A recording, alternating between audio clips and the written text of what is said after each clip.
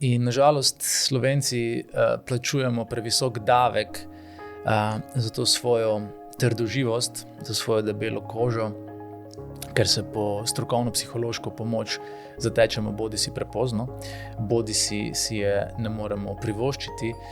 Ta poplava zdravilcev, sodobnih šamanov, vodi, minikultov, vikend spoznanj je posledica tega, da smo ljudje v stiski.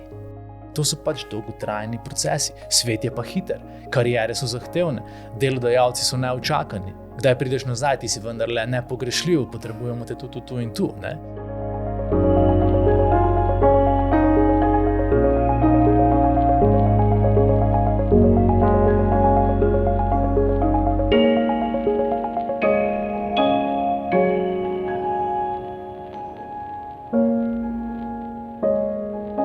Hvala, Ljuša, da si vzel čas. Kako si danes, iskreno? Zelo dobro, hvala za povabilo. Vesel sem, da sem v tvoji družbi in seveda v družbi gledalk in gledalcev. Mislim, da si ti oseba, ki ni težko priznati, če kdaj ni v redu. Se motim? Res je, ja, čeprav se radi zatečemo k tem samodejnim lažem, ne, ker pravim, da se ravno na vprašanje, kako si prepogosto zlažemo in natrosimo veliko neresnic, ne razmišljamo, ali ima to vprašanje kakšen globji pomen. Ali pravzaprav včasih najpomembnejše, ne? Se pravi tisto, ki nam predoči kakšno dejstvo, da se mogoče preveč zaganjamo, da mogoče preveč hitimo, da življenje ni zgolj površinsko, da ni zgolj podvrženo neki samodejnosti in tako je pravzaprav sestavljeno zgolj dveh besed, eno izmed najpomembnejših, kako si. Ne? In če se ustaviš, vdihneš, izdihneš, malo premisliš, ne? Ugotoviš, sem dobro, ali čutim neko napetost ali kakšne blokade vrzeli v razpoloženju, počutju, je to tak dober lakmusov test za marsikaj. Tako da, dobro sem, tudi po tem preizkusu. Sicer potem, če te ljudje tako rutinsko vprašajo, kako si, pa rečeš slabo sem, pa moje tudi malo zablokirajo, kaj pa zdaj. Točno to, ja. Trznemo, ne? Ker mogoče to v nas sproži zahtevo, da postanemo reševalec, da se ukvarjamo z osebo, jo sprašujemo, kaj pa je narobe, kaj se je pa zgodilo, ne?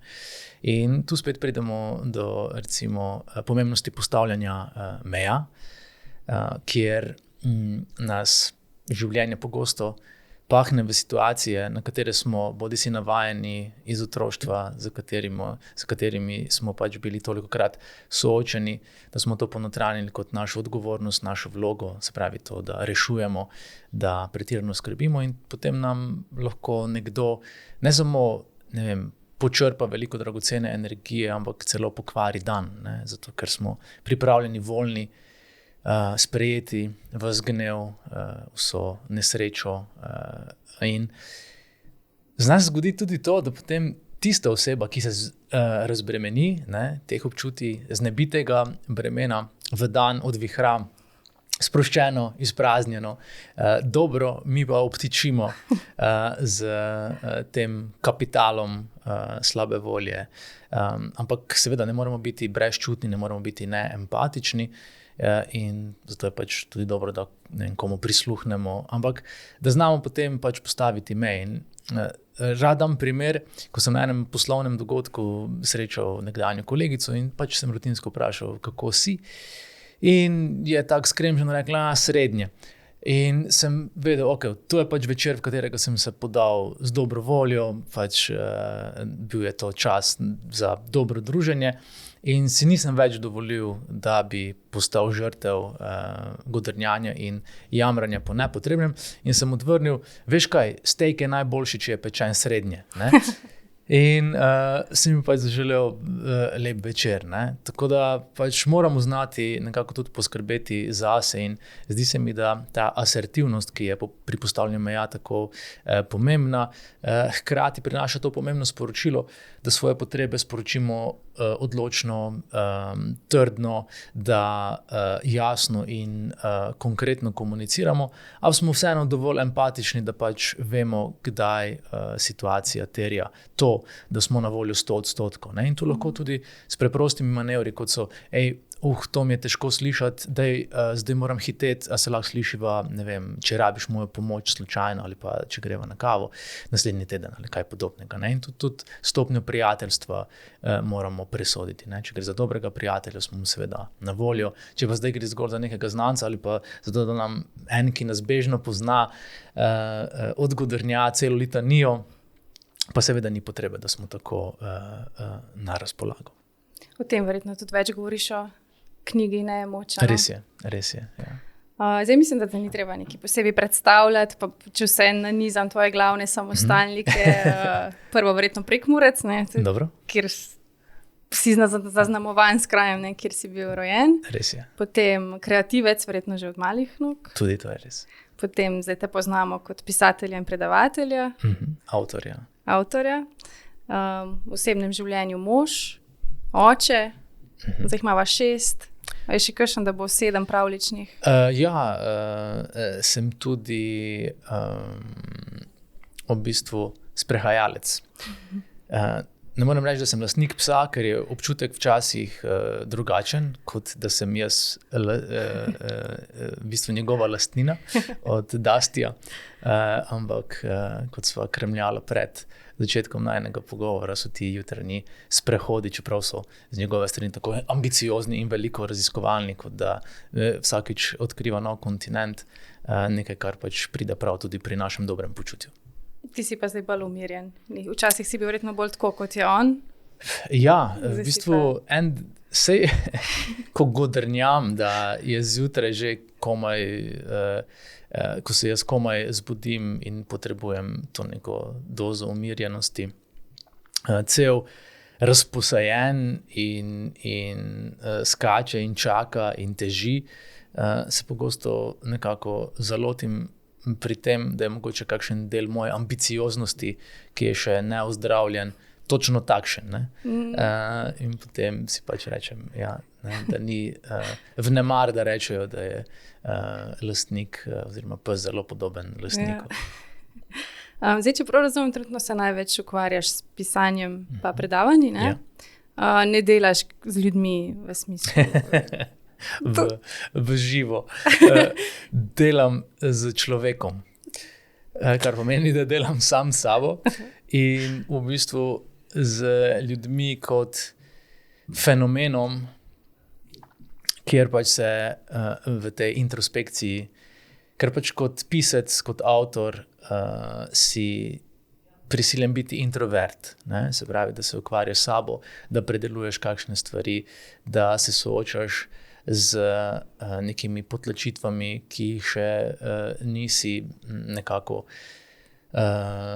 ki si jih še nisi priznal ali pa se v nekakšnih odmerkih pojavljajo kot neke vrste zahtevki.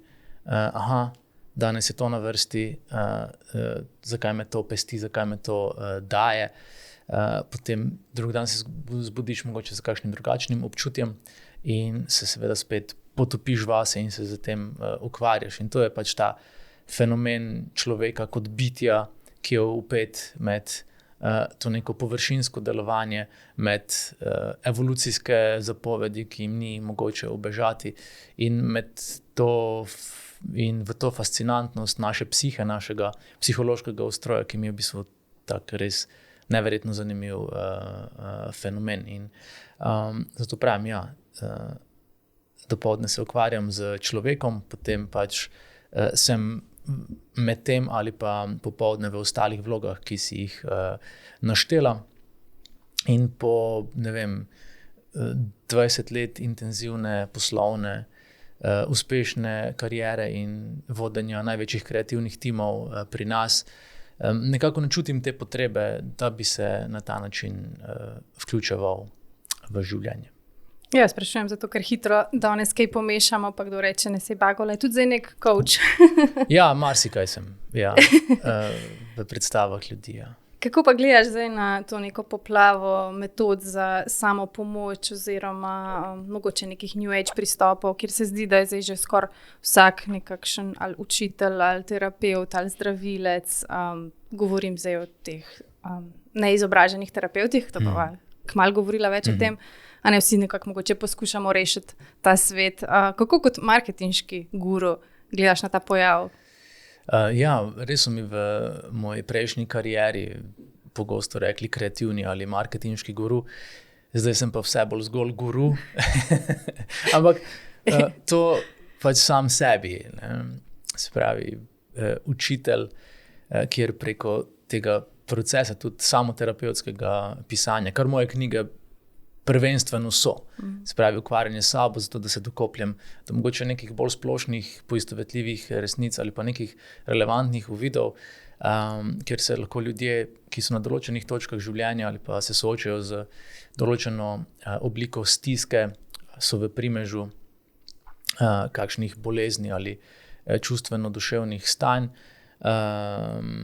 s tem poistovetijo in najdejo, ne vem, nekaj utehe, mogoče kakšno dobro zdravo usmeritev, kjer je v mojem primeru ta vedno nekako tudi v smeri strokovne pomoči. In ta poplava zdravilcev, sodobnih šamanov, vodij, minikultov, vikend spoznanj je posledica tega, da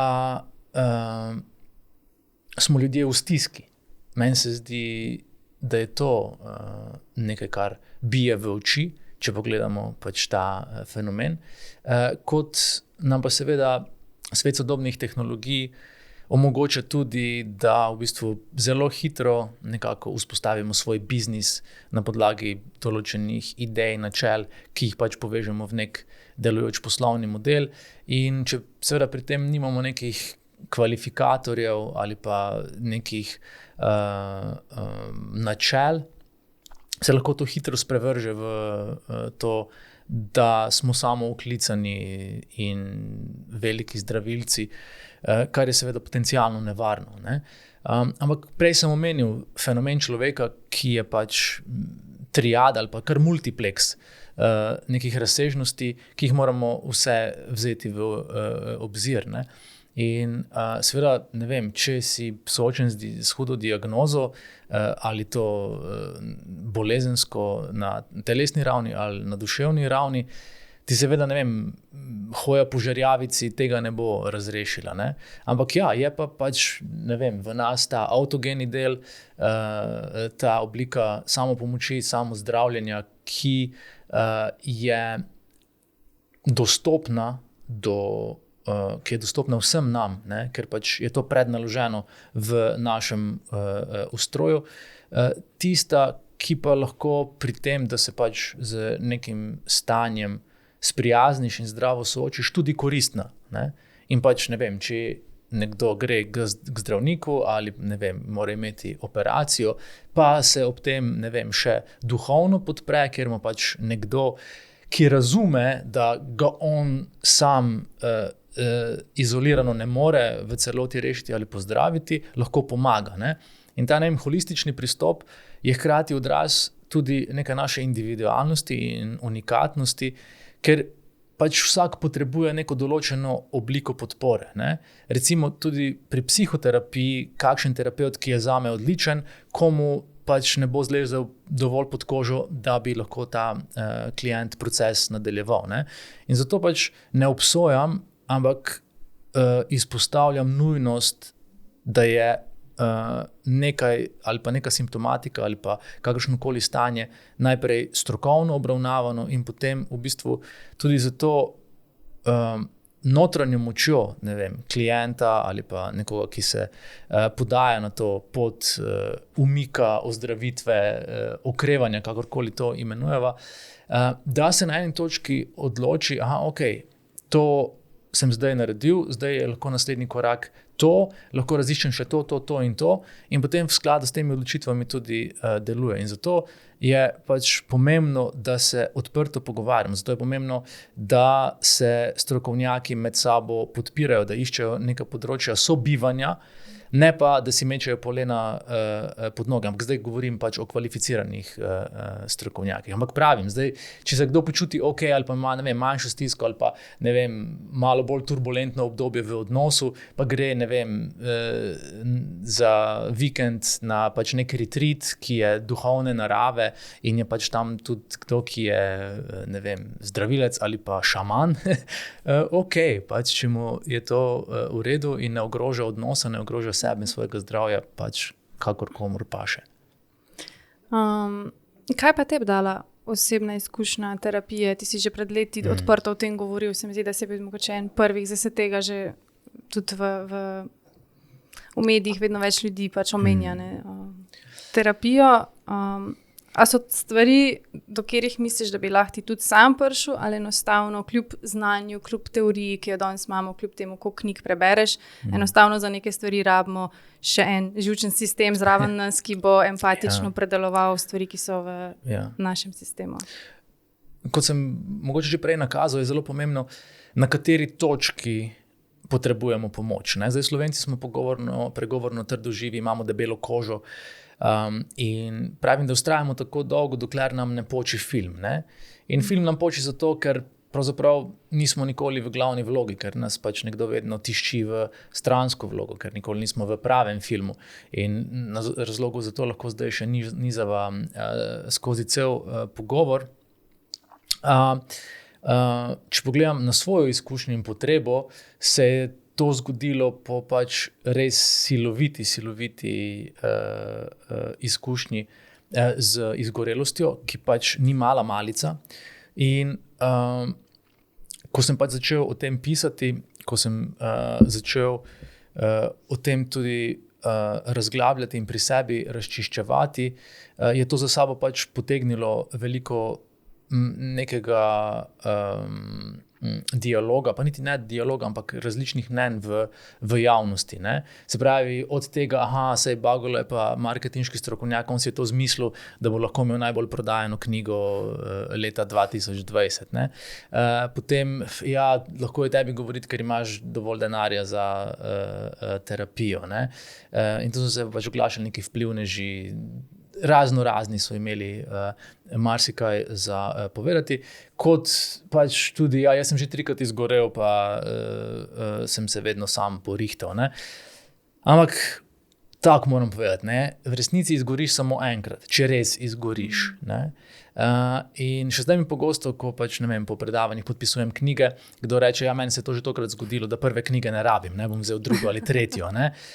Pa pač nočem tam izpostavljati res te brutalnosti, resnične izgorelosti, oziroma te tretje stopnje, ki je tako huda, da res ne veš, ali boš zmogel, in to ne iz dneva v dan, ampak dobesedno iz minute v minuto.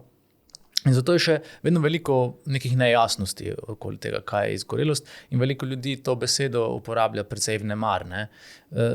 So izčrpani ali pač ne naspani ali zoprni, godrnjavi in so pač že kar izgoreli. Ampak k temu se bova vrnila še kasneje.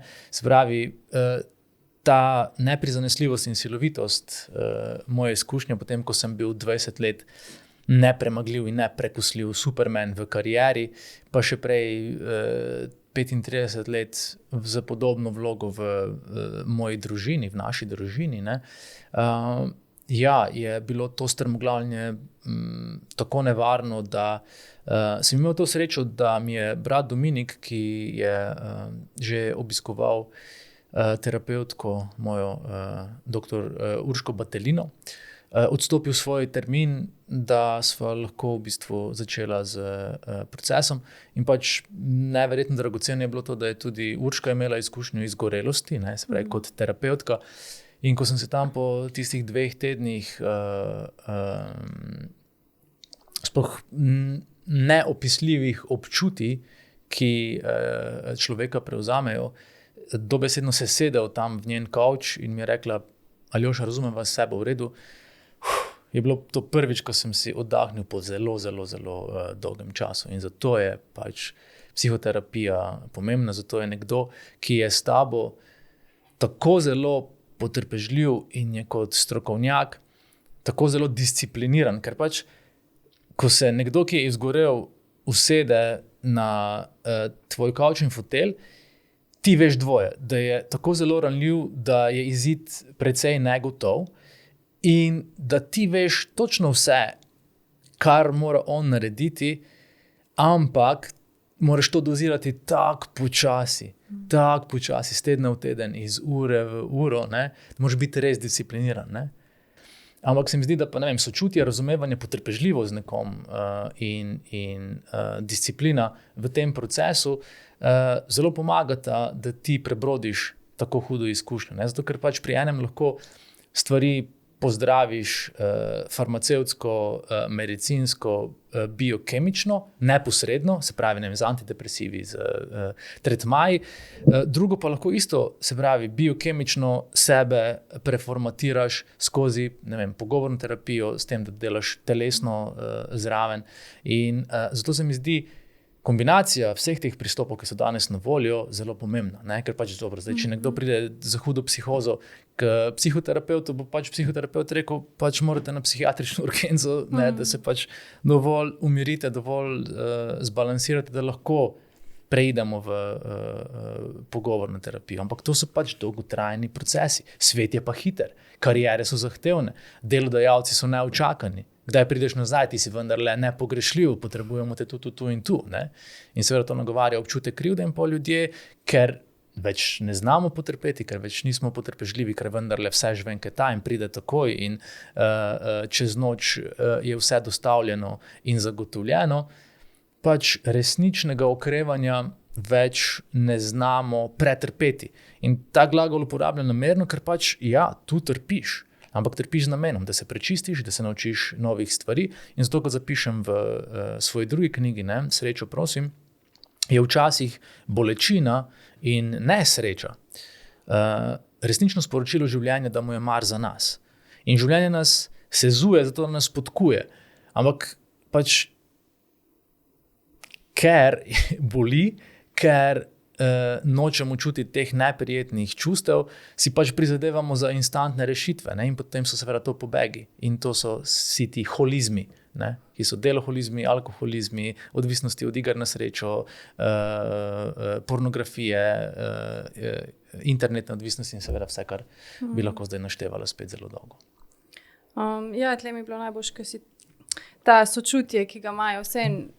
Tudi jaz sem ga po moje edino pri psihoterapeutih doživela, da res veš, koliko, kdaj, ne. Tukaj sva se že prej na začetku pogovarjala. Večino te ljudi, ki mogoče niso bili izobraženi strokovno, zelo hitro grejo ta vse, a ne, da ti preveč, na drugi strani... To pa to. Ja, in se pa si pač... Ja, ali pa popolnoma, ali pa nagovorijo čisto neko stvar. Veš, v tvojem prejšnjem življenju si doživel zlorabo in zdaj pač tisti tvoj bivši jaz mora to maščevati prek tega in tega.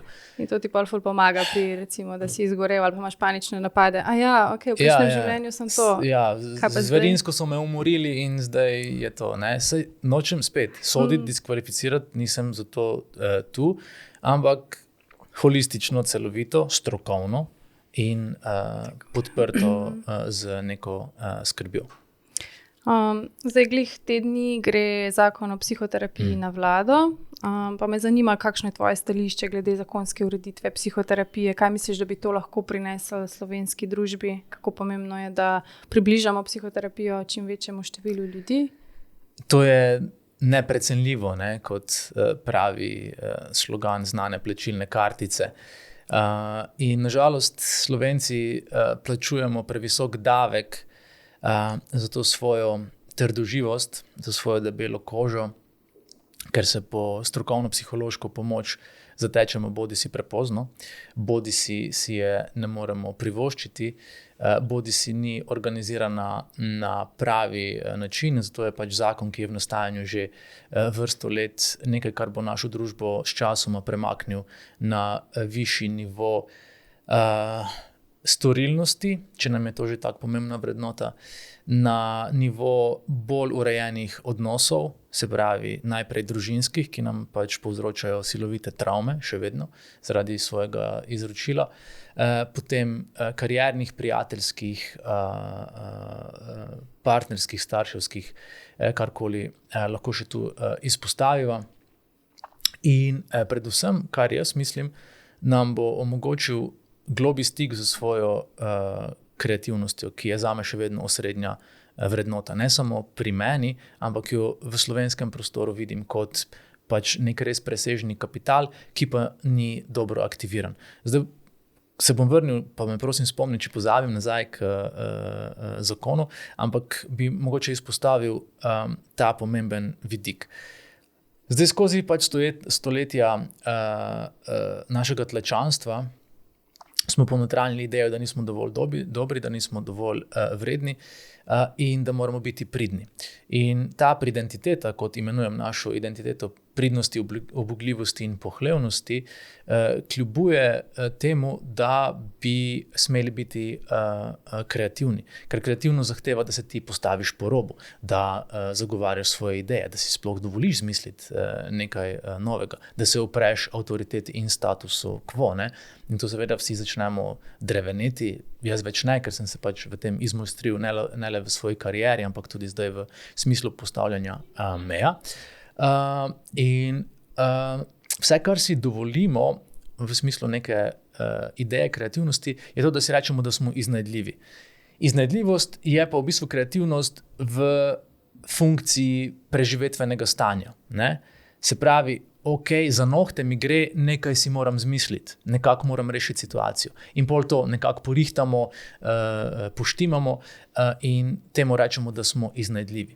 Drugi vidik iznajdljivosti pa je, da je to kreativnost, ki ne upamo natakniti listka sceno. Ne? Okay? Se pravi, to, kar sem si izmislil, je izjemno in to stane toliko. Ne? Mi pa rečemo, ne, pusti, vse je v redu. Vse je v redu ali pa to ni nič takega. Ne, se pravi, ne ceniš sebe, zato ker pač rečeš, to ni nič takega, potem ne ceniš sebe, ker daš to zastonj. Pa ne pravim, da ne smemo biti, to ni to naše pomaganje ali pa ta naša empatičnost, kjer priskočimo na pomoč. Ne, to je, da ceniš sebe. In potem, kar si največ dovolimo, je to, da si uspeh, če si ga postavimo kot nek cilj, dovolimo zgolj in le, če se na poti do njega totalno zgaramo. Ne? In to garanje, ta ideja, vse moraš dati od sebe. Na to pač, kar sem jaz bil. Ne popusti, stisni, pokaži jim, glej, to in to in to moraš storiti. Ne spusti svoje straže in bodi vedno na preži, je simptom nizke lastne vrednosti. Ker če ti delaš na lastni vrednosti in se začneš ceniti in si rečeš, jaz sem ustvarjalen, sem edinstven, dovolim si biti tudi povprečen in narediti veliko napak, zato da potem postanem boljši in da to svojo edinstvenost nekako pokažem svetu, je pravzaprav to vedno za naslova lastne vrednosti, ki je pa pomembno zato, ker se potem na tej poti več ne izčrpavamo, ampak si dovolimo idejo, ok, jaz sem v tem dober, to so moji talenti, moja dolžnost je, da jih udejanim, ampak ne rabim pri tem crkniti, ne? Ampak se to lahko zgodi bolj enostavno, bolj preprosto. Ne? Kot pač pogosto tudi kakšni duhovni vodje, ne, ki so na zelo visokih ravneh, rečejo, to si zgolj naročimo v življenju, ne? Kot pač gremo na trafiko in si vzamemo časopis. Tako si svoje največje želje, največje namere naročimo. To se bo zgodilo. Jaz se pač tudi tega učim. In kar je zanimivo, zdaj si vedno naročim parkplac. Pač kamorkoli grem, tam me bo čakal parkplac. Kako sem prišel zdaj sem? Tako da je bil tam en parkplac v neposredni bližini. Ne? Včeraj isto so se dobila z Dominikom, ko smo šli gledati nogomet. In isto, sem si naročil parkplac in je bil pač tam parkplac. Ni bilo 20, bil je eden in tudi danes je bil eden, večinoma je en. Ne? In to so v bistvu take majhne traparije, ne? Ki jo potem, ko jih začneš brez nekega obsojanja in diskvalifikacij, kot sem že zdaj to dvakrat izpostavil, v življenje vnašati, poleg tega, da si pač okreval z pomočjo strokovnjaka, poleg tega, da se pač trudiš in disciplinirano delaš to, kar ti pač, ne vem, omogoča, da plačaš položnice, da izšolaš otroka, da pač živiš življenje, da se poigravaš z nekimi možnostmi, ki ti življenje prikažejo v drugačni luči in ti ga iztrgajo iz te centrifuge trdega dela, garaštva, vse moramo dati od sebe, ne? Ki v bistvu gradijo naše odnose, ki nas posesajo do zadnjega atoma energije ali življenjske sile. Ne? In zato pač ta neka naročila vodijo pač do večjih stvari. In potem si tudi, ker je normalno, da se boš zbudil, pa te bodo preplavile skrbi, ker pač se bo zgodilo kaj, kar ti bo spodneslo, vsa ta prepričanja, do katerih si se moral pregristi ali pa za katere si moral trdo delati, da so se končno naselila vate. Ne? To pač je neka dinamika, to so oscilacije v življenju, ki je polno vzponov in padcev, tudi na dnevni ravni. Ne? Ampak pač potem se spet moraš vrniti v to neko strugo, ki je bolj pozitivna. Ne? Aha, okej. Zdaj zapuščam te kotanje, ki so se klesale in ki so se oblikovale skozi stoletja načinov razmišljanja mojih prednikov, načinov ravnanja mojih staršev, načinov delovanja, čutenja naših rodbin in se zavestno premikam k tej možnosti, k tej opciji, ki je bolj vedra, ki je bolj pozitivna, ki izhaja iz tega, jaz se pa dovolj spoštujem in dovolj cenim, da bom postavil meje, da se bom vzel zase in da bom življenju omogočil brez vtikavanja in oviranja z negativnim, da poskrbi zame na precej bolj lahkoten način, kot se mi je to kadarkoli zdelo mogoče. Bi rekel, da so to neka oziroma kjero prepričanje, ki si ga ti dobil prek tvoje linije prednikov, si zdaj že toliko spremenil oziroma si že svojih hčerki recimo drugačno dal. A je kakšno tako primer? Absolutno, ja. Jaz sem to omenjeno idejo, da se moraš zgarati, poimenoval ideja uspeha z upehanjem. In to je neposredno v bistvu iz naše družine izhajajoč vzorec, z katerim sem imel veliko opravka in ki je na eni točki mojega življenja omogočil, da sem bil zelo uspešen, nedolgo zatem pa strmoglavljen z tega piedestala nenehnega dobivanja nagrad, nizanja poslovnih uspehov, izpostavljenosti, ne samo odobravanosti, ampak tudi občudovanosti. Ne? In nekako je bilo pri nas v tem gostinskem okolju vedno jasno, da so drugi na prvem mestu, ker pač že ta izrek gost je kralj pove vse, ki je tako arhetipski in te neposredno spremeni v služabnika, v servilneža. Ne?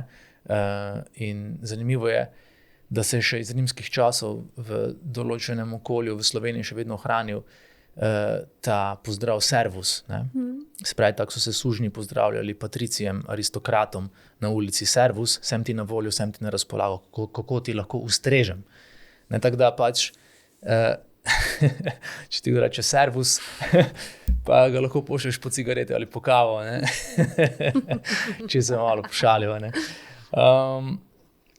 Da je pač ves ta nek arzenal, ki ga imamo še vedno prednaloženega v sebi, zelo nevaren in da po teh transgeneracijskih kanalih in štafetnih izročilih samodejno pristane spet v ustroju naših otrok. Ne?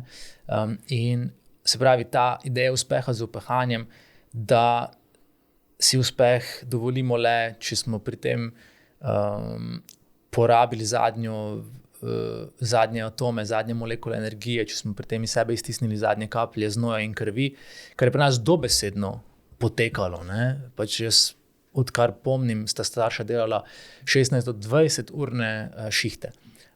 Očetu so na eni točki zaradi raka odstranili ledvico in že čez 3 tedne je stregel naslonjen na tisti natakarski voziček in kakšni gosti so mislili, da streže pijan. Ne?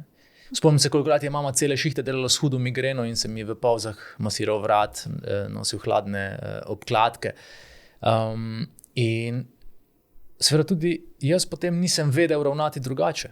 Kolikokrat sem šel na prezentacije z migreno, kolikokrat sem se pač do zadnjega strošil za to, da so bile stvari popolne. In seveda takrat nisem razumel, da je to zaradi tega manjvrednostnega kompleksa, zaradi tega, ker se pač ne cenim, ne spoštujem dovolj.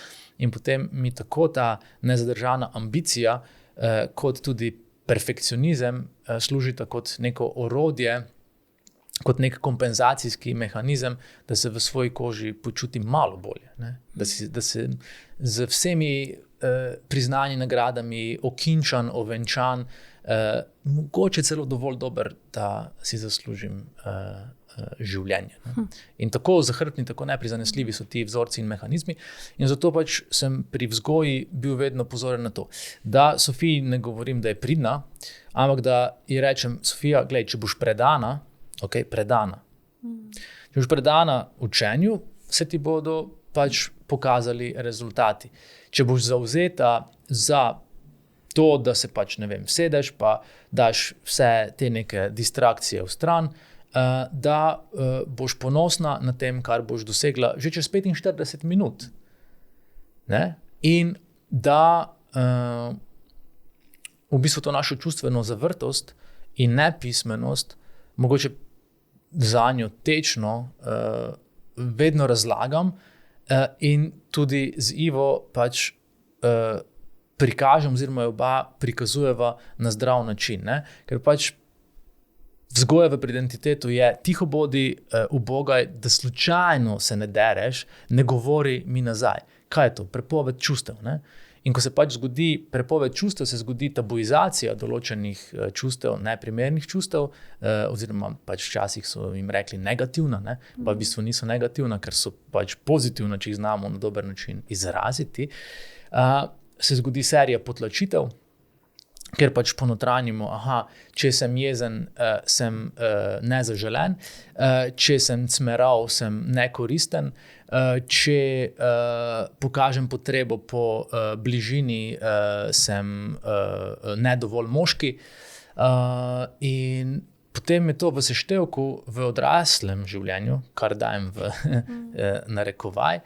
Evo, to je bila zdaj jungovska sinhroniciteta, kar vedno izpostavim, ko se zgodi kakšen takšen poudarek zunanji, pač ostanemo tisti ranjeni, žalostni, jezni otroci, ne? Ki potem preko tega proročnega obrambnega mehanizma projekcij vse to, kar je nam bilo prepovedano in si še ne dovolimo pri sebi, vidimo pri drugih. Ti si tak jezna oseba. Jaz nisem jezen. Zakaj si ti tak jezen? Ti si tak nesramen, ti si tak ljubosumen, ti si tak len, ti si tak karkoli že. Ne? In si potem v odnosih povzročamo gorje. In zato mi je pomembno, da je Sofija čustveno pismena in da vidi odnos v vsej njegovi dinamiki. Kar je pač zelo pomembno je to, da pač seveda pride do tega, da ne vem, sva z Ivo Ivo je zdaj pred premiero, ima zelo intenzivno obdobje in pač je njena vžigalna vrvica precej krajša kot sicer, ne. In potem, ne vem, jaz imam ogromno predavanj, včasih še poskrbeti za kakšnih 10 drugih stvari, česar je seveda zdaj neprimerljivo manj kot kadarkoli prej. In se zgodi, da so pač nervozna in se skregava, ne. In potem se skregava in potem se mi zdi pomembno, da Sofija vidi tudi to, da se pred njo pobotava. Ker pač kaj se je dogajalo, ne vem, v naših otroštvih, vsaj v mojem. Ne? Starši sta se pač zaradi svojih brutalnih skrbi z gostilno in z tem, da sta si morali vse dejansko priboriti iz nič, dobesedno iz nič, pogosto skregala. Odnos je bil velikokrat kaotičen, neprizanesljiv tudi v tem čustvenem smislu do nas otrok. In potem je pač bilo par dni tihe maše in potem je kar naenkrat je bilo okej. In kako se je zdaj to zgodilo? ti ne veš, kako se je to zgodilo. Ne? Ti veš, okay, to se zdaj mora ohladiti, to se zdaj mora nekako preparirati, vzhajati, karkoli že se dogaja in potem je vse ok. In potem ti se oziraš in oprezaš, kdaj se bo zgodil tisti dan. Včasih se zgodi že po 2 dneh, včasih se zgodi šele po 2 tednih in si zmeden in pač nimaš pojma, kako čustva delujejo. In zato pač res apeliram na vse, da se pobotajo pred otrokom, ne? Da se poljubijo pred otrokom, da se objamejo pred otrokom, da si pred otrokom rečejo oprosti. Ni bilo prav, oprosti, vzrojil sem brez potrebe, oprosti, veliko imam v glavi, veliko imam na plečih, daj mi pomagaj. Ne? Prosimo za pomoč tudi drugega, zato ker s tem pokažemo ranljivost in to normaliziramo. Ne? Jaz sem izgorel zato, ker pač, ne zato, ker bi bil šibek, ampak zato, ker sem bil predolgo premočan. Ne? In to je ta formula, ker pač ne upaš pokazati ranljivosti, ne upaš spustiti te identitete supermana, reševalca in tistega, ki bo vse zagotovil, zato ker zatem tiči sram. Ne? Kaj pa bo pol? A me bo kdo sploh maral, me bo kdo sploh cenil? Ne? In zatem tiči ta nizka samopodoba in zatem tiči ta bolečina, jeza in potem seveda čisto od spodaj primarno čustvo žalost. Ne? Ker pač v otroštvu nisi dobil tistega, kar ti je pripadalo, kar si želel. In seveda se pač starši večinoma, če res niso pač hudi, ne vem, psihični bolniki, trudijo, da je otroku ok. In zdaj pač različni starši v različnih okoliščinah to zmorejo doseči na različne načine. In zato je zelo pomembno, da znamo tudi razumeti to, da kar se nam je zgodilo, ni bilo namerno, da so se trudili po najboljših močeh.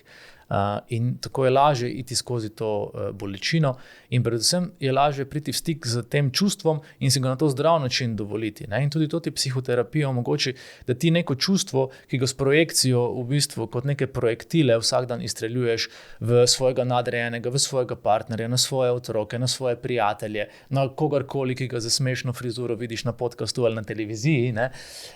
Da prepoznaš, ok, tu je nevralgična točka, to je resnični vzrok in kako lahko jaz to zdaj zacelim. Ne? In zato je pravzaprav ta čustvena pismenost in to, da celimo in popravljamo to škodo na prav način.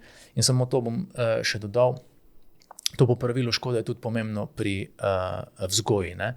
Ker pač sem že naštel tisočero razlogov, zakaj nam pač poči film, ne? In potem se, ne vem, na otroka zderemo, ki ni ničesar kriv, ali je pa pač zaradi kakšne majhne napake to v nas sprožilo takšen odziv in ga na to prepustimo tem občutjem. Ne? In ta občutja so seveda, jaz sem kriv, da je oči jezen, jaz sem kriv, da je mama slabe volje, ne? Ker pač tak deluje naš psihološki aparat. Bolje, da več nisem tak, bolje, da me ni. To je, ne, začne se tu krepiti najhujša oblika te vase obrnjene jeze, ne? Bolje, da me ne bi bilo in potem to seveda krepi to podstat za depresije, samopoškodovanje in nažalost samomorilnost, ki je nažalost tudi v tako hudem porastu, ne samo pri nas, ampak po svetu. In zato, ok, pač nekaj se je zgodilo, otroka smo nadrli in pač, ne vem, ga poslali v svojo sobo ali pa je žalosten odšel. In pač kar je pomembno je, da pač v določeni enoti časa, ko je to okno tega popravila škode še dovolj odprto, pridemo in to uredimo. Pridemo, potrkamo in pač rečemo, sorry, to, kar se je zgodilo, ni tvoja krivda, v službi sem bil jezen, nekaj se je na cesti mi je nekdo izsilil prednost, veliko stvari še moram porihtati in sem bil jezen. Nisi ti kriv, ok, to ni tvoja krivda, to je moja krivda, se pravi, da prevzamemo odgovornost, da smo odrasli.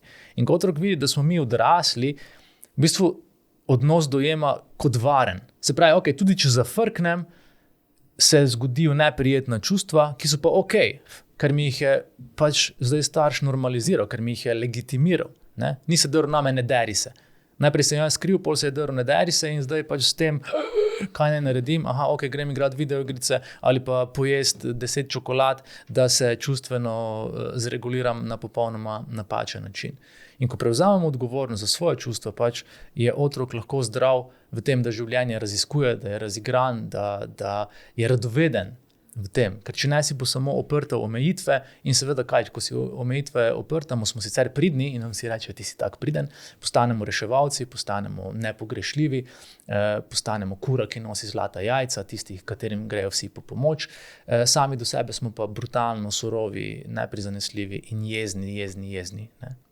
Ja, ali pa do drugih, ne, tako ko zdaj vidimo tudi probleme pri mladoletnih nasilje v šolah in tako naprej. Se pravi, če se zdaj vrnemo nazaj na zakon o psihoterapiji, je glih, to so potem te stvari, ki lahko vpliva tak zakon, ne, na... Super, mislim, meni se je zdelo res krasno, ko je NIJZ pred leti uvedel prvi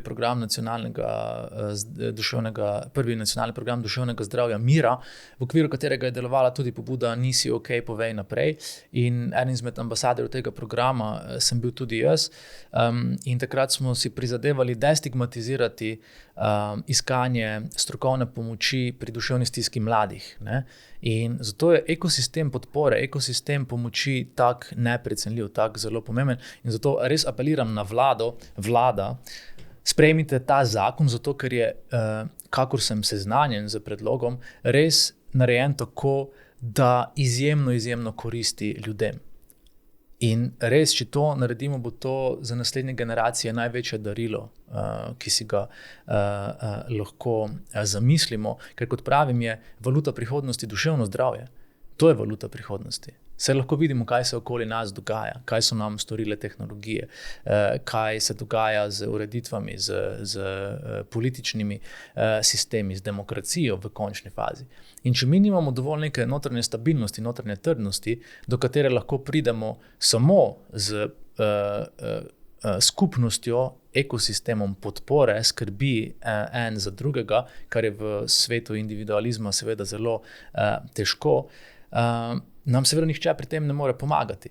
In zato se mi zdi tudi pač ta popolnoma razumljiva zagata, kjer zakon predvideva, da se psihoterapeuti priključijo v zdravstvu, kjer pač imajo najbrž kaj za pripomniti psihiatri, klinični psihologi in tako dalje, zato ker je pač ta kolač, ki se zdaj mora razrezati, še tanjši, ne, finančno, da je pač to v luči naše prihodnosti kot nacije, zdravja naših otrok, izboljšanja naših odnosov, v bistvu tudi kotiranja naše nacije med najbolj kreativnimi, uspešnimi, ne samo storilnimi in samomorilnimi, nekaj, kar je tako pomembno, da je pač ta debata banalna. Debata v smislu, ok, dajte se zmeniti psihoterapeuti, psihiatri in klinični psihologi, pri čemer pa mogoče je pomembno spostaviti še to, da pač z priključitvijo psihoterapeutov v zdravstveni sistem se seveda mora formirati pač neka oblika kontrole, neka oblika, ne vem, zbornice, skupnosti, česarkoli že, ki pač to kontrolira, ki zagotavlja strokovnost, ki zagotavlja pač neke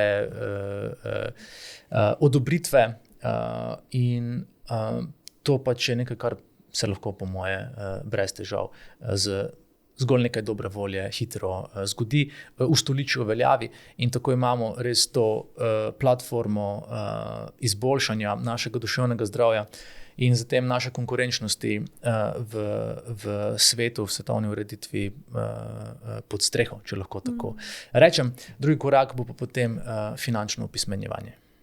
Ja, to, kar si omenil tudi zbornico, seveda tudi psihoterapija je samo človeški faktor, je vedno prisoten, je tudi pač možnost za zlorabe, ne? Tako da trenutno še vedno nimamo neke inštitucije, kamor bi lahko prijavil morebitno kršitev etičnega kodeksa. Tako da je to tudi... Se strinjam, mislim pač regulacija je nekaj, v bistvu se veliko ljudi zmrduje nad oglaševanjem, ker seveda nimajo tako dobrega vpogleda mogoče v zaodrje te industrije, pa moram sicer tudi roko na srce priznati, da pogosto oglaševanje res postreže z zelo slabimi izdelki. Da v bistvu je naša industrija, v Sloveniji ima že, ne vem, več kot 30 let izvrsten kodeks delovanja, ravnanja, oglaševalsko zbornico, kjer pač se obravnavajo kršitve, kjer pač se lahko ljudje zatečejo po pomoč, po razlage in tako dalje v tem nekem procesu. In to se mi zdi pač, kar smo pri nas uporabljali vsak dan v moji bivši karieri, nekaj, kar pač je lahko nek osnovni higienik tudi na tako pomembnem področju, da se izognemo, kot si izpostavila, zlorabam, ki se pa seveda tudi zgodijo. Tudi pač vsi, ki bi naj pomagali, so lahko agresorji zaradi nekih svojih nerazčiščenih vsebin. In zato imajo tudi psihoterapeuti supervizije. Se pravi, da grejo spucati morebitne blokade, vrzeli, ki bi lahko vodila do teh projekcij k kolegu strokovnjaku. Kako si pa uravnovešil, oziroma tudi še vedno delo na sebi, pa na drugi strani tudi neke vsakodnevne radosti, in kako poskrbiš za več lahkotnosti, druženja, smeha, da ni vse pa samo težko delo pa travma? Zelo dobro si to izpostavila, ker je Iva na eni točki bila prav izčrpana od mojega nenehnega dela na sebi. In to je bilo v času pisanja druge knjige, kjer je bilo v meni še veliko vsebin, ki so me pestile, ki so me dali, in sem se pač prebijal od te bolečine do bolečine zelo počasi, zelo neprizanesljivo do sebe, se pravi premalo sočutno, ker sem mogoče hotel vse prehitro rešiti ali pa nisem bil potrpežljiv s sabo. Da je pač rekla, Aljoša, veš kaj, zdaj pa dost, pač preklopi, pač ti bom povedala, bodi bolj igralec, bodi bolj nekdo, ki igra vlogo nekoga, ki je bolj radosten, vesel in ni obtežen z to žalostjo, z to zamero, z vsem tem. In pač mi je to dalo misliti, čeprav sem v bistvu že v prvi knjigi zapisal, bodimo 5 minut na dan oseba, ki želimo biti. Spravi, da se prisiliš v to. Zdaj sem radosten v sebi, razmišljam tako, da sem finančno uspešen, da sem krasen, da mi je uspelo to in to. In to je vaja. Spravi, je manifestacija, vizualizacija, kar je danes zelo popularno. In potem sem rekel, naslednji dan pa bodimo ta oseba za 1 minuto več. In ko sem se spomnil na to, sem pač rekel, zdaj bom pa res 5 minut to. In to je tudi pač neka vrsta preobrazbe, ki ti na eni točki postane jasna. In takrat sem zapisal, kdor predolgo šnofa, mu zmanjka štofa. Ker pač, nekje prideš do točke nič. Ground zero. Tu pač so samo temelji, ki se jim reče obstoj. Živ si. In vse, kar je to, da si človek. In vse, kar je izkušnja biti človek. In zdaj lahko ti tu palamudiš, motoviliš, se valjaš v teh občutjih do konca in si žrtev do pač trenutka, ko se bo na smrtni postelji pred očmi pojavila tista pregovorna odjavna špica. In takrat boš kaj? Spet jezen nase, ker si tako dolgo pustil, da je večina stvari bolečih, negativnih in nisi bil sposoben iti naprej. In zato je ta glagol iti naprej dobeseden. Pač ta različica tebe, ki je bila v otroštvu poškodovana, ki je bila zapuščena, ki je trpela, ki je bila celo, v kakšnih primerih zlorabljena, celo zelo hudo, pač mora tu ostati, lahko jo zaceliš do točke, da jo pač pustiš za sabo in greš naprej kot nekdo drug, nov, preobražen. Kar je pa seveda tu magično v tem procesu, je pa to, da te lepe vrednote, dobre vrednote, ki si jih dobil od staršev, ki si jih dobil od rodbine, ki so pač neke vrste zaklad in kombinacija talentov in tvojih osebnostnih potez, da ta pa gre naprej. In lahko ti bolečino pustiš zadaj. In zato tudi kot pač veliki Carl Gustav Jung pravi, se lahko, oziroma se življenje začne po 40, ko pač ti začutiš neka pač časovnica je v nas, kjer se na tej točki aktivira ta potreba po razčiščevanju. In temu se je reklo kriza srednjih let, ki so pač moški to samo zdravili z Harley Davidsoni, Porsche in ljubicami, ki so pač precej mlajše, kar je zdaj v luči tudi zdravstvenih raziskav zelo zanimivo, ker pač je lahko to hormonska motnja, ko pač testosteron začne upadati, podobno kot ženske, ki greste v menopauzo, se te biokemične stvari zelo manifestirajo na te načine. No, in da zdaj ne odbluzim predaleč v stran, da ta sklop vrednot, ki so dobre, ti vzameš, jih gojiš, krepiš naprej in se pač trudiš biti boljša oseba. In zato, kot pač priporočam tudi v novi knjigi, je zelo preprosta vaja, to, kar sem poimenoval, kaj pa če, pa kaj če pa kaj. Okay? Zastavimo si vprašanje vsak dan lahko, z pač neko zdravo distanco do tega, kako pač živimo, kako se obnašamo, kako čutimo, da eno stvar spremenimo in se vprašamo, kaj pa če. Kaj pa če danes ne delam nadur in grem raje na sprehod? Se pravi, smo reševalec, v službi smo neprekršljivi, smo tako kot jaz, rešili bom vsako situacijo, potegnil bom do konca, šel bom spat ob 1, pa se bom zbudil ob 5 in tako dalje. In si rečemo, kaj pa če danes ne bo tako. In potem to poskusimo, ampak kaj se zgodi? Ta naša identiteta, ki je tako zacementirana v nas, da si kaj drugega v sebi sploh ne drznemo predstavljati, bo seveda zdaj pod vprašanjem. O moj bog, kaj bodo pa sodelavci rekli? Aljoša več ni nepogrešljiv, ni več reševalec, ni več Superman, ni dobil nagrad, ne vem kajkoli že. In nas postane strah, kaj si bodo drugi mislili. In potem pride premetanka, kaj pa če, pa kaj če. Pa kaj če si kolegi mislijo, da več nisem tak zavzet? Pa kaj če naredim samo to, kar je v opisu mojih nalog, tako imenovana tiha odpoved. In pač predihamo, vemo, da nam bo to povzročalo nekaj stiske, ampak z dovolj ponovitvami prvega in drugega koraka, torej kaj pa če in potem pa kaj če, pridemo do izida. In ta je, če pa kaj. Če pa kaj, sem pa ponosen, da sem bolj miren. Če pa kaj, sem pa ponosen, da imam več časa za družino. Če pa kaj, sem pa ponosen, da več nisem dežurni reševalec. Če pa kaj, sem pa ponosen, da ne zavijem več v gostilno in pijem manj. In tako lahko v bistvu z temi majhnimi spremembami, oziroma kot je pač izvrstna knjiga Jamesa Cleara, Atomske navade, kjer pač res mikrokorak za mikrokorakom spreminjamo svoje načine ravnanja, mišljenja, čutenja, dosežemo res velike spremembe. In zato tudi vsakemu priporočam, da se zjutraj, ko odpre oči in preden mu ustroj preplavijo skrbi o tem, kaj vsega čaka, da si zastavi vprašanje, čemu lahko danes rečem ne. Okay? In tu ne gre samo za to, da v bistvu bomo meje postavili drugim, da bomo pač nekako zablokirali njihove želje, zahteve in ne bomo več reševalec, kimavec in zadovoljevalec njihovih potreb, ampak da meje tudi postavimo sebi. A lahko danes rečem ne neprijaznemu sebi, a lahko danes rečem ne nepotrpežljivemu sebi, ki bo planil na partnere takoj, ko se bo zdel, da je izvan in tako dalje in tako naprej.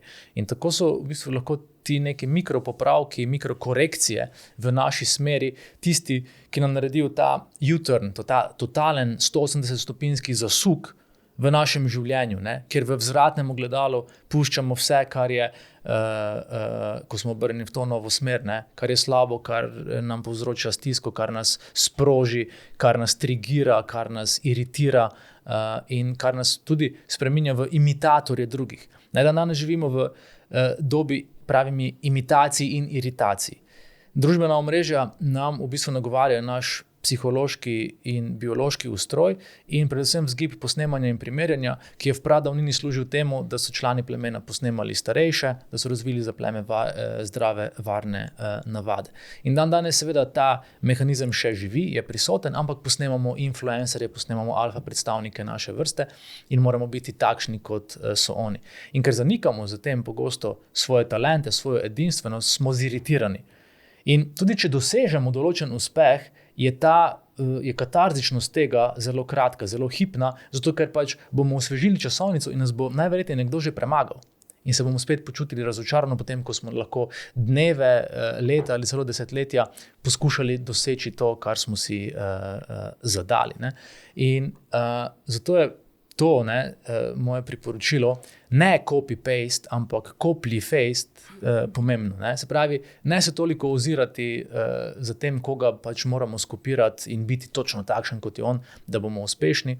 Mogoče v 20-ih to ni slabo priporočilo, ker si najdemo dobre vzornike pač in jim sledimo zato, da dobimo neko delovno etiko, neke načine razmišljanja, navad, ki nam pomagajo pri tej zdravi ambicioznosti.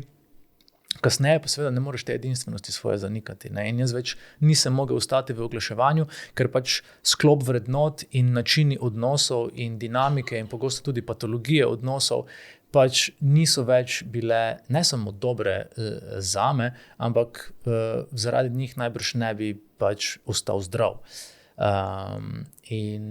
Zato je pač to razčiščevanje, to prepoznavanje toksičnosti in potem zapuščanje teh odnosov z zavedanjem, da smo mogoče zaradi otroštva kalibrirani, da v teh odnosih ostajamo, da si jih želimo, da jih nezavedno potrebujemo, tako pomembno. In to je spet s pomočjo psihoterapevtov oziroma strokovnjakov, ne se tudi pač psihiater ti avtomatsko ne vrže tablet v požiralnik, ampak te, če je seveda dober zavzet, vpraša, kako si, kako se počutiš in tako dalje in tako naprej. Zdaj, kot nekdo, ki dobro pozna moč oglaševanja, gotovo veš, kako enostavno je ustvariti to iluzijo sreče. Sreča, ki je zgolj na videzna, močno filtrirana, danes je na vsakem koraku nas spremlja. Kako vidva z Ivo se trudita zaščititi svojo hčerko pred tem umetno ustvarjenim svetom, pred tem pritiskom popolnosti, lažnih idealov, ki jih danes ponuja digitalni svet?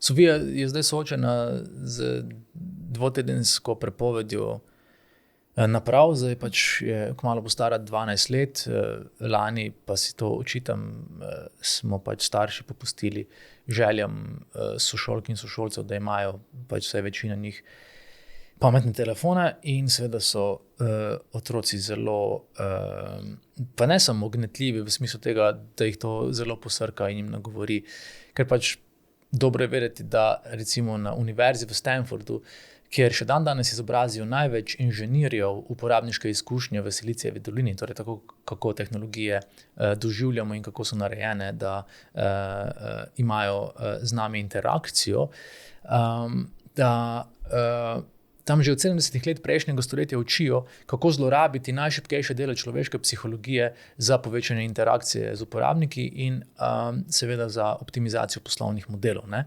In zato sem pač, kot je to lepo izpostavil en strokovnjak, tudi jaz jezen na Marka Zuckerberga in podobne, da se moram za svojim otrokom tolikokrat kregati. Ne?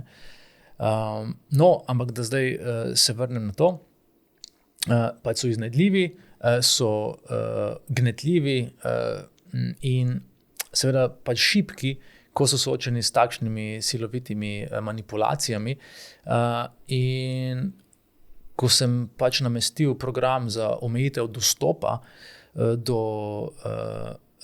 spleta, se pravi, da lahko telefon uporablja samo, da kliče pa pošlje SMS, je pač seveda kreativna Sofija po obeh starših, ne, in je kmalu zaobšla in mi preprogramirala nastavitve, ne, in smo imeli zelo pač resen pogovor o tem. In pač sva ji povedala, kakšne so posledice in da si mora zdaj pač z določenimi, ne samo nalogami, ki pač pritičajo skoraj 12-letnikov, tudi pač zavzetosti za učenje, minuto po minuto priboriti nazaj 15 minut na dan. Ne?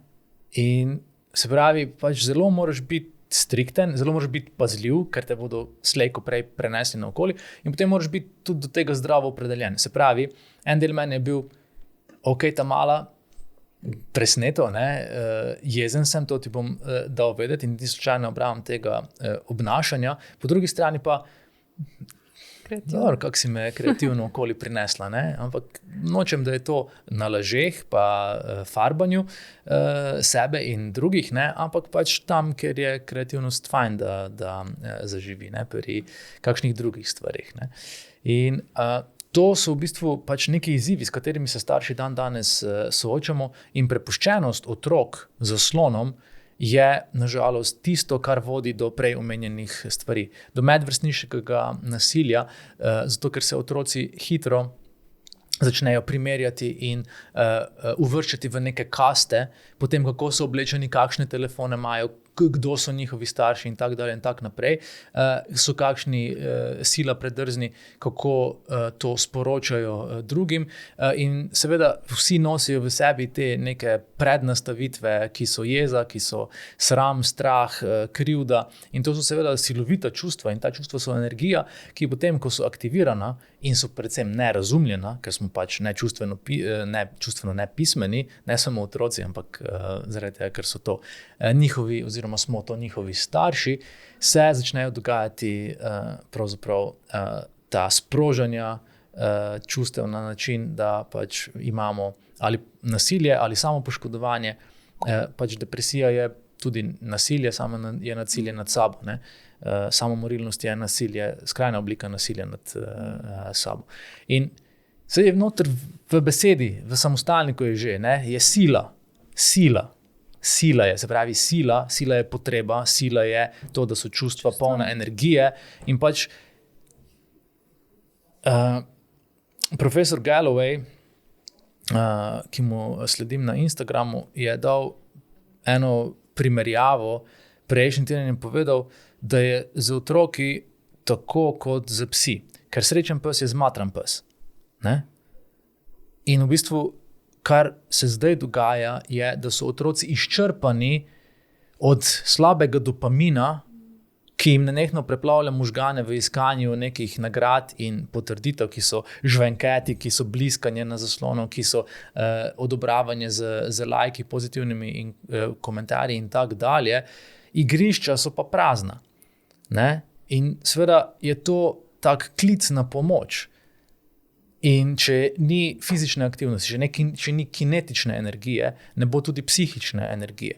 In zato pač ne vem, priporočila kot so 10,000 korakov na dan, ki si jih samo predpišemo, potem ko strmoglavimo pa skoraj umremo, ne? Če to razumemo pri sebi, potem moramo isto razumeti pri otroku. In to ni dovolj, da otroka peljemo v Tivoli, ga pač damo iz vozička, pol smo 3 ure sami na telefonu, ne? Zato ker pač moramo biti vzor, moramo biti vzgled. Ne? Zakaj jaz nisem v svoji karieri vedel ravnati drugače, ko pač je šlo za to, da sem, ne vem, z migrenami hodil na prezentacije in bil v vsakem trenutku na voljo na razpolago. Zato, ker svojih staršev nikoli nisem videl ravnati drugače. In otroci so spužve, ki pač posrkajo okolje, ne, in zaradi spet mogočnega preživetvenega mehanizma posnemanja in primerjanja, pač počnejo to, kar vidijo početi svoje starše. In če mi nismo sposobni odložiti telefonov in naprav in si priznati, da pač smo hudo držljajsko in negativno dopaminsko odvisni, ker pozitivni dopamin se pač izloča, ko ne vem, gremo na fitness, ko se podamo na rekreacijo, ko zavzeto delujemo pri reševanju neke naloge, brez da bi imeli pred sabo tehnologije vdora, torej da nam neki žvenketa moti in tako dalje. Ne? To je to, kar psiholog Mihaly Csikszentmihalyi znamenito imenuje flow. Slovenci temu pravimo, da smo padli noter. Ne? In to je v bistvu, kar sem raziskoval v drugi knjigi, biotehnologija za naše osrečenje. Ne? Ker ko mi 45 minut in na to s 5-minutno pauzo ali pa uro pa pol in s 15-minutno pauzo nekaj zavzeto počnemo, raziskujemo, se s tem ukvarjamo, nas naši možgani samodejno nagradijo za občutki radosti, vznesenosti in zadovoljstva. Ne? In to je v bistvu tisto, čemur lahko rečemo sreča. Ne? To je en vidik sreče. Drugi vidik sreče je notranji mir, ko ničesar ne čutimo. Ne? Danes pa srečo zamenjujemo z dopaminom. Glej, dobil sem 10 lajkov, pa sem komaj objavil stvar, ali pa glej, kako me odobravajo, kako me marajo. Se pravi, outsourcamo jo, ne? Dajemo jo v upravljanje nekomu drugemu. Ne? In tudi, kar se dogaja mladim, je ta traumaterializem, kjer rodbinsko bolečino, to transgeneracijsko bolečino, nevede zdravijo in zdravimo tako, da na svojih majicah nosijo imena in priimke drugih ljudi, zato da bi se z svojim imenom in priimkom lažje nosili. Ne? In to je v bistvu to, kar poganja tudi, ne vem, kapitalizem, potrošništvo, ker sem tako dolgo deloval, ker sem pač, kot si izpostavila, znal kot strokovnjak za komuniciranje, kreativnost in tudi zelo veš na področju psihologije množic, ustvariti stvari, ki so pač vabljive, ampak naj povem, pa ne kot spokorjen grešnik, da sem si, pa to dokazuje tudi pač moj portfelj, vedno prizadeval za zgodbe, za dobre zgodbe, za navdihujoče zgodbe, za zgodbe, ki so vodile od stiske k neki rešitvi, k neki podpori, k nekemu razumevanju. Zdaj si že večkrat omenil medgeneracijske travme. Pa me samo zanima, kako so tvoji predniki, če veš, kako so doživljali drugo svetovno vojno, če lahko še to nekako umestiva zdaj v vse to, kar si zdaj nekako govoril. Verjetno so to neke stvari, ki se vijajo že kdo ve koliko časa. To je v bistvu neka taka strupena podtalnica, ki onemogoča, da bi, če se izrazim metaforično, na naši zemlji življenja usklilo in se obdržalo pri življenju tisto, kar je lepo, tisto, kar si želimo, tisto, kar nas osrečuje. Ne? In dokler ne kopljemo globoko in se znebimo teh navlak, te bolečine, je to seveda zelo naporno. Ampak jaz se pač obravnavam kot nekdo, ki je moral prekiniti en del tega transgeneracijskega izročila, se pravi, tako imenovani cycle breakerji, to pač je poimenovanje ljudi, ki se pač zavzeto lotijo onesposabljanja tega v bistvu toksičnega izročila in tega sabotiranja. Ne. In veliko ljudi ne razume konkretno, kaj je transgeneracijska travma. Ne. Lahko je to, Mark Wolin je napisal super knjigo Podedovane družinske travme, ki sem jo z veseljem in tudi z trepetom prebral. Veliko o tem govori tudi izvrstna neuroznanstvenica dr. Tara Swart v svoji knjigi Source, oziroma Vir, ne vem, če je prevedena v slovenščino.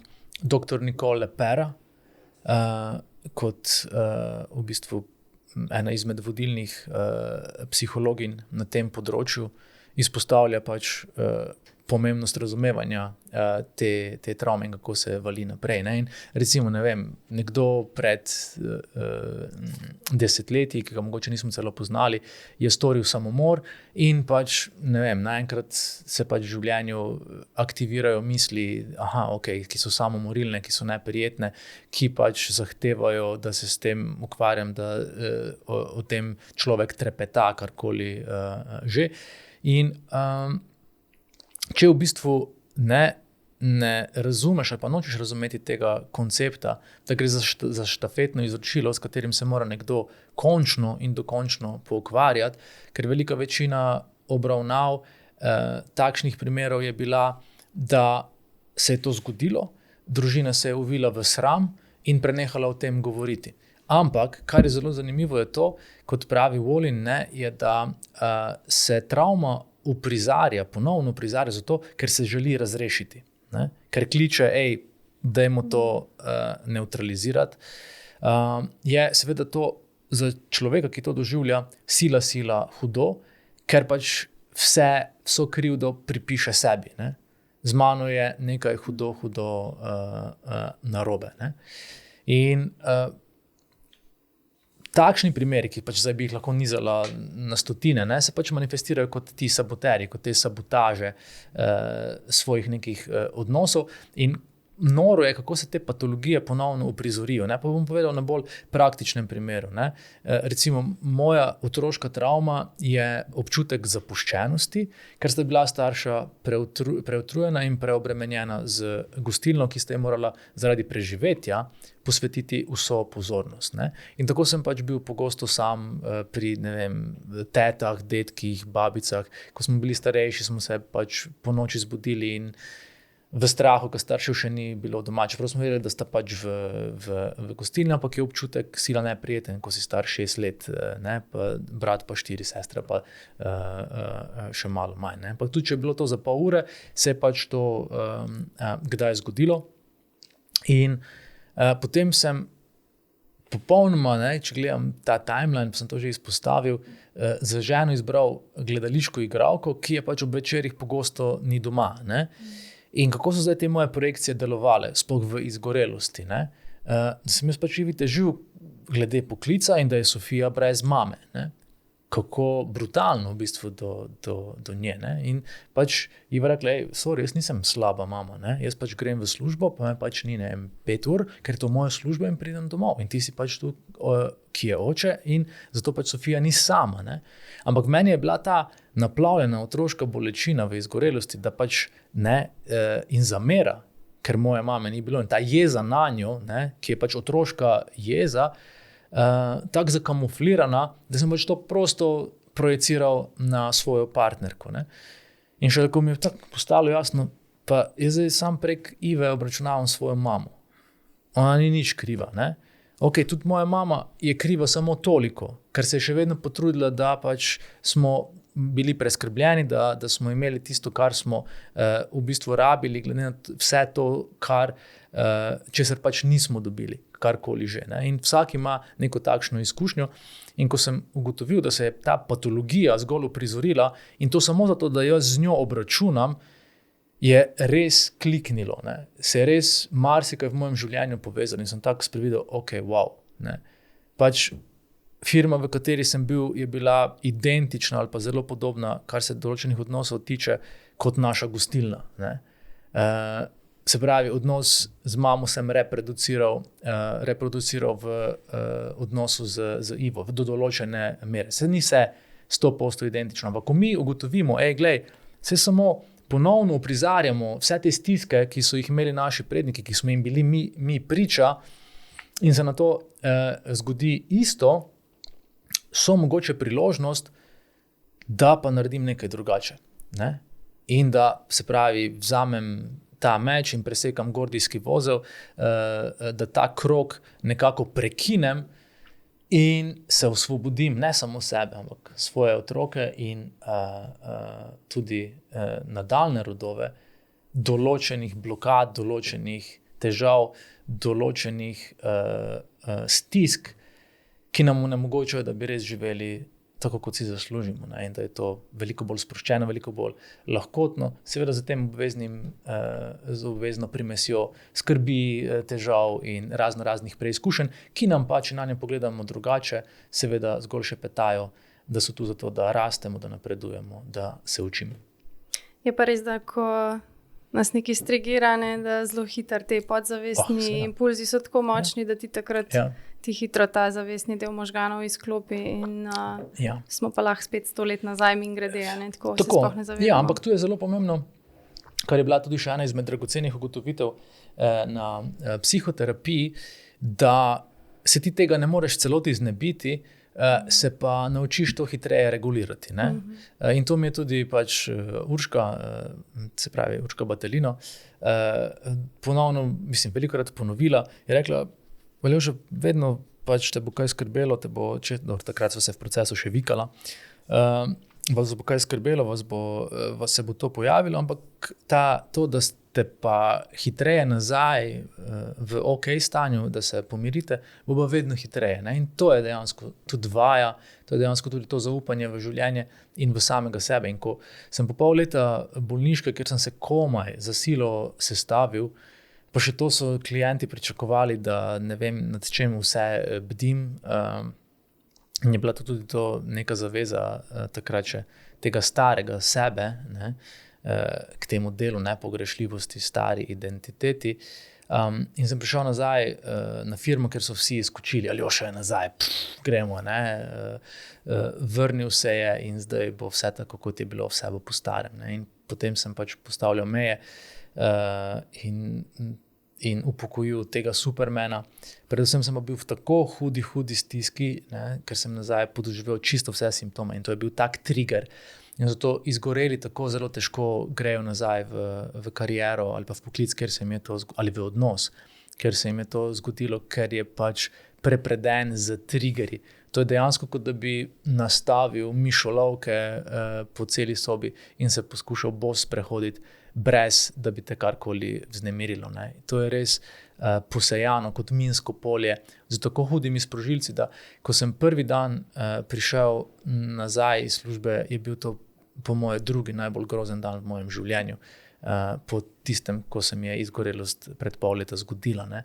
Zato je to razumevanje razsežnosti te stiske ne samo za človeka, torej na individualnem nivoju, ampak tudi v razsežnosti širšega gospodarsko-ekonomsko-političnega vidika zelo pomembno, ker pač izgorijo ponavadi zelo zavzeti, odgovorni, kreativni, reševalski posamezniki, ki kot slikovito pravita Urška Batelino in doktor Urška Batelino in doktor Mojca Zvezdana Dernovšek, ki jo imate v tem izvodu kot eno izmed krasnih intervjuvank, da v bistvu želijo rešiti svet, da bi s tem rešili sebe. Ne? In seveda ta prvi del enačbe, da rešujejo svet, je zelo koristen za lastnike, za podjetja, za pač institucije, kjer takšni posamezniki delujejo in so, je pa na dolgi rok seveda katastrofalen za posameznika, ki s tem vzorcem deluje in je vanj tako zelo ujet. In tako smo priča milijonom izgubi milijonov delovnih dni zaradi izgorelosti. Zavarovalnice po vsem svetu izplačujejo zdaj že okoli 650-700 milijard evrov za okrevanje. In seveda, če bi pač bili bolj pozorni, pa tega ne prelagam na bremena posameznikov, kar pač tudi vsakič znova izpostavim na predavanjih in povsod, kjer gostujem z svojimi vsebinami, ampak je to pač nekaj, kar zahteva sistemsko ureditev. In zato še enkrat vlada, zakon o duševnem zdravju je nuja, to ne sme iti v predal, ampak mora omogočiti ljudem, da imajo podporo, da so lahko ranljivi, da lahko potem, ko tako dolgo rešujejo, kot tako dolgo storilnostno prispevajo, da imajo možnost dobrega, zdravega, strokovnega, kakovostnega pogovora, ki jim je v podporo, v pomoč. Psihoterapeuti, klinični psihologi, psihiatri, zmenite se, pač ne, vseeno je to neko poslanstvo, ki je zelo, zelo pomembno in kot pravim, naslednje generacije bodo hvaležne. Mislim, da si zelo lepo zdaj zaokrožil ta pogovor. Imaš še kakšno misel? Mojih misli je toliko, da so pred leti morale biti izbrane v posebni ediciji Smisli, tako da če jih rabite 365 na dan. Mislim, lahko dodam tole, in to je, da stiska ne stika za našo bolečino, ampak za našo veličino. In tudi, ko pač čutimo, da je hudo, da ne bomo zmogli, da je vedno nekdo, komur se lahko obrnemo na pomoč, in da se moramo imeti v tistem trenutku dovolj radi, ravno prav dovolj, tudi če ne premoremo, najdemo nekje razlog, prišepnimo si nekaj ali pustimo, ne vem, vesolju, čemorkoli že, da nam to prišepne, da si pomoč poiščemo in si jo dovolimo. Ker si scenarij v drugem primeru sicer nažalost zelo žalosten in škoda je v bistvu takšnih scenarijev in takšnih izidov. Tako da pač ne zapravljamo časa, ne opravljamo drugih, ampak opravljamo svoje poslanstvo. Zato naj vsak pobrska za tem, kaj to je. Super, hvala, Aljoša. Mogoče, ker še ni bilo dosti tvojih misli, pa še se na tvojo misel prebrala. Iz tvoje knjige se mi je tako dopadla.